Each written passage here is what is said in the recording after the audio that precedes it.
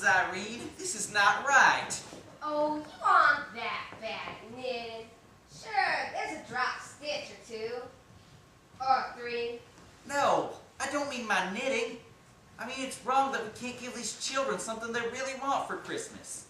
Let's face it, no child ever wrote a letter to Santa Claus and said, I'm really hoping to get a rather badly knitted scarf and mittens this year. Just like last year. This mean old depression. I know. At least they named it correctly. I know I'm depressed. But let's face it, the state of Texas has its hands full just to feed and clothe these children and pay us to make this a home for them. These children deserve so much more. Now, Mr. Tiny, the people of Shortcomings will not let us down. There will be decorations provided by Edith Hancock. Oh, you said that name. Edith Hancock, the bossiest woman in West Texas. Ain't Christian thoughts, Luann.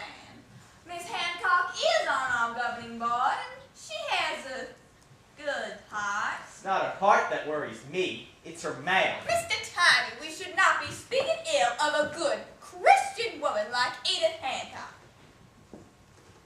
Right. Let's go on with our plan for the holiday.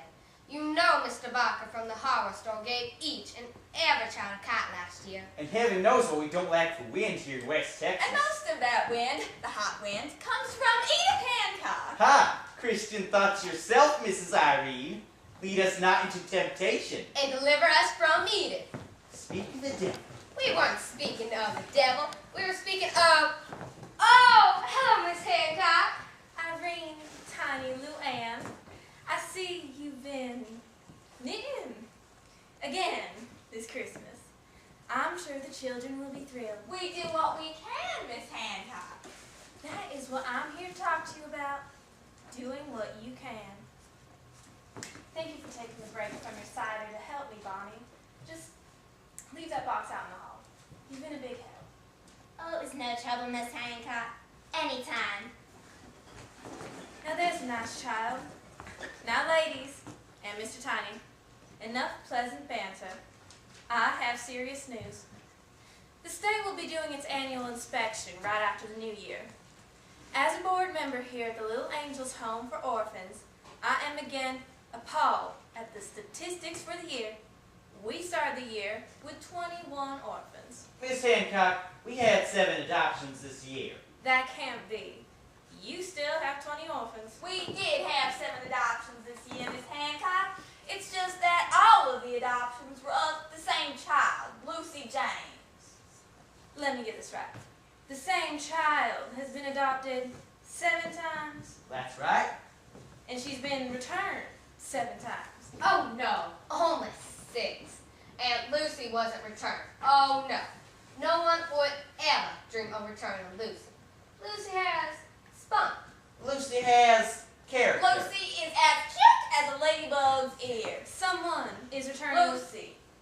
Is returning Lucy. You mean to tell me that child comes back after being given a good Christian home? Lucy is a sweet but rather particular child. Beggars cannot be choosers, Mr. Tiny. Oh, Lucy is no beggar. Everyone wants Lucy. One couple came in for a boy. Any boy, and they ended up picking Lucy. One couple wanted a baby. Only a baby. And they picked Lucy. Lucy is irresistible. Lucy may be irresistible. But if things don't start improving around here, the state may not be able to resist closing the Little Angels Home for good. It gives me great pain to say this, but I have heard rumbling that this may be the last Christmas for the Little Angels Home. I have done everything I can do. If the board does not start seeing adoptions, real adoptions from children who stay adopted, they will move these children to other orphanages and close this place down. Oh, wouldn't they all go together at least? I'm afraid not. There's no orphanage with enough room to take all of them. How many adoptions? Will be enough adoptions. I'd say 5, at least, to really prove that you are doing your job. Well, that being said, I'll be back tomorrow night for the big party. Right. the big, happy, merry party. You once again managed to make our day, Miss Hancock. I do what I can. What cannot be avoided must be dealt with. Oh, yes. And why wait until after Christmas to share such cheery news? Exactly. Don't forget the box of decorations out in the hall. I'll bring the rest tomorrow night, but I thought you and the children could begin to decorate a little early. Ta-ta. Oh, by all means. Let's deck the halls. The soon-to-be empty halls. It's not like I'm upset or anything. This old run-down elephant of a building. It's hot in the summer. It's cold in the winter. And every room has a draft. A built-in draft. But they couldn't really close it. They couldn't. What would happen to the children? This is their home. This is our home. We will not think negative thoughts. There are people out there, nice people, who are thinking right this very minute of adopting a child. One of our children.